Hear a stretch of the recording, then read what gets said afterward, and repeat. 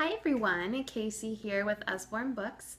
I'm just going to be getting a little short video going for you of just a couple different tips and tricks to help just reading be a really important part of your kids' lives and in your home. And so with that, we want to remember the 3 B's. And the first B is books. We want to make sure that we have lots of books in our home that are readily accessible to our kids so that they know that reading is a really important part of our lives since there's so many books in our house. So I'm going to show you a couple of my favorites. So this one you'll start when your kid's like an infant baby. This was my son's very first favorite book. And it's That's Not My series. So this one's the That's Not My Fox. There's a texture on every page, a mouse to find on every page, and a really predictable text. So That's Not My Fox, its ears are too furry. That's Not My Fox, its paws are too fuzzy. So it's pretty fun. There's over 30 different titles within this series. So if foxes aren't your thing, there's monsters and princesses, owls, and monkeys. So you're sure to find something that works for you and your family. Another favorite is There's a Mouse About the House. And so this has a little mouse that comes out right here. And while you are reading, your child is going to follow the dotted line and the arrow, and so they poke him through there, and there he is on the other side. So while you're reading, your child is occupied, so that way they're not turning the pages too quickly, and they're also learning that reading goes from left to right. And so there he is again. So it's super fun. This has been one of our best sellers for years. And then if you lose the mouse, like lots of people do, there is a template right here on the back, or you can also contact a consultant and they can order one for you. Another really fun book is The Complete Book of Farmyard Tales. This is one of our phonics readers, so when your kids are starting to learn how to read. It comes with a CD, so you can listen to it in the car or at your house. There's some fun farm animal noises. And so there's 20 stories in this book. And your child, there's an easier line at the top of all the pages, and then you, as the parent, read the bottom. It just gives a little bit more detail to the story.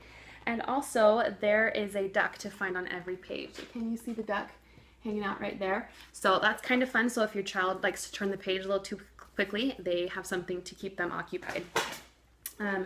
For some of our older kids, the encyclopedias are amazing. Lots and lots of colorful pictures and illustrations, appropriate bite-sized information depending on your age group, and also our nonfiction are internet linked, and so you just go to the website that's in here. You click in the page number, so maybe your kid was interested in more of the Greeks at war. They can go and read more internet sites about that particular thing. It's a lot safer than Google search. And also, wherever you see a star in these books by a picture, that means you can go onto that website and print out that picture for a research project or whatever like that. Another really awesome thing, if you have some early readers, is the very first reading set. It comes in a series of 15 hardback books. This is the very first one. Each book has one level, and obviously you get progressively harder. So in the back of the book, you will find a parent's guide, and so if your kid can sound out these letters, then that means that they can read this book. So as the parent, you read the left page, and the child reads the right page. So you would read The night was cold, the sky was black, the window rattled, and they can read tap, tap, tap. So it's pretty fun for them because they feel really cool. They get to read a story along with mom or dad. And then in the back, there are some picture puzzles for comprehension, some different phonics types of activities, and then here's some rhyming. So all the essentials that you need for your readers. Okay, now that we've got our books covered, the second B that you want to have are baskets. So we want to have just baskets of books all over the house. They're so much more accessible than bookshelves for some reason. Kids gravitate towards baskets. So some fun places to place baskets of books. One of the best places is in the car. We spend so much time in the car. And so some fun ones are like the Sticker Dolly sticker books. So there's a girl series, and there's also a boy series, like with knights and Greek myths and stuff like that. So they're kind of like paper dolls, but they're stickers, and then you dress them up. And there's tons of different titles within this series. Another really great thing to have in the car are some nonfiction. So our earliest nonfiction starts at about age 5. Lots of really fun pictures and illustrations. And then we have older fiction, or excuse me, older nonfiction, just goes all the way up through whatever age you're wanting. Even I read the nonfiction, it's super fun. Books with CDs are really fun in the car, so like the Farmyard Tales, and this is Ted and Friends, another of our phonics readers that comes with a CD. And so those are just some ideas for things to put in the car. So another place to put a basket that people don't always think of is the table. Think of how often you're talking to your kids during breakfast, or while you're making dinner, they want to be talking to you, or trying to ask you how long till dinner. So this is another fun place to put baskets. So this is our big book of big animals. The pages are pretty sturdy, so if something spills on them, you can wipe them off. But can you see that little guy right there? That is the size of a regular human man, and then the pages can fold out, and then you can see how big that whale is in comparison. So that's pretty cool. There's lots of different titles within this series as well. Something else fun to have at the table are like some drawing and doodling and some of our wipe cleans, so your younger kids can be practicing their alphabet or their first math. It's also really fun to have seasonal books or seasonal baskets, so you can switch them out for Easter or Christmas or summer, just, lots of fun different seasons.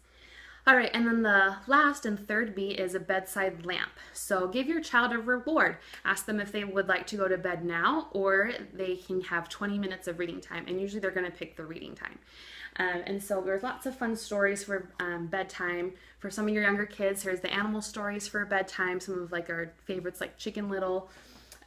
This is our Shine a Light series, so there's hidden pictures on every page, and you can hold a flashlight behind the page and it reveals the hidden picture, so that's kind of fun.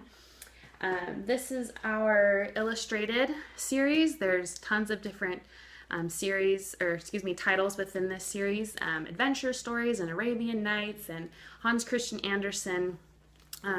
Just lots of really fun stories and illustrations. And then there's also this fun little cloth bookmark that they can save their place and they can pick up where they left off. If you have some reluctant readers in the older areas, definitely some of our older older fiction series books are awesome. So this is the last 13 in Conspiracy 365. This goes from January all the way through December, so there's 12 books. And it's in real time, and he has to solve a mystery, and it's just really exciting. Same with the last 13. But if you have some younger kids, other chapter books, there's tons of options to help your kids enjoy reading, and it's really a joy to have in your home. So hope those little tips and tricks can help your home, and if you have any questions, let me know.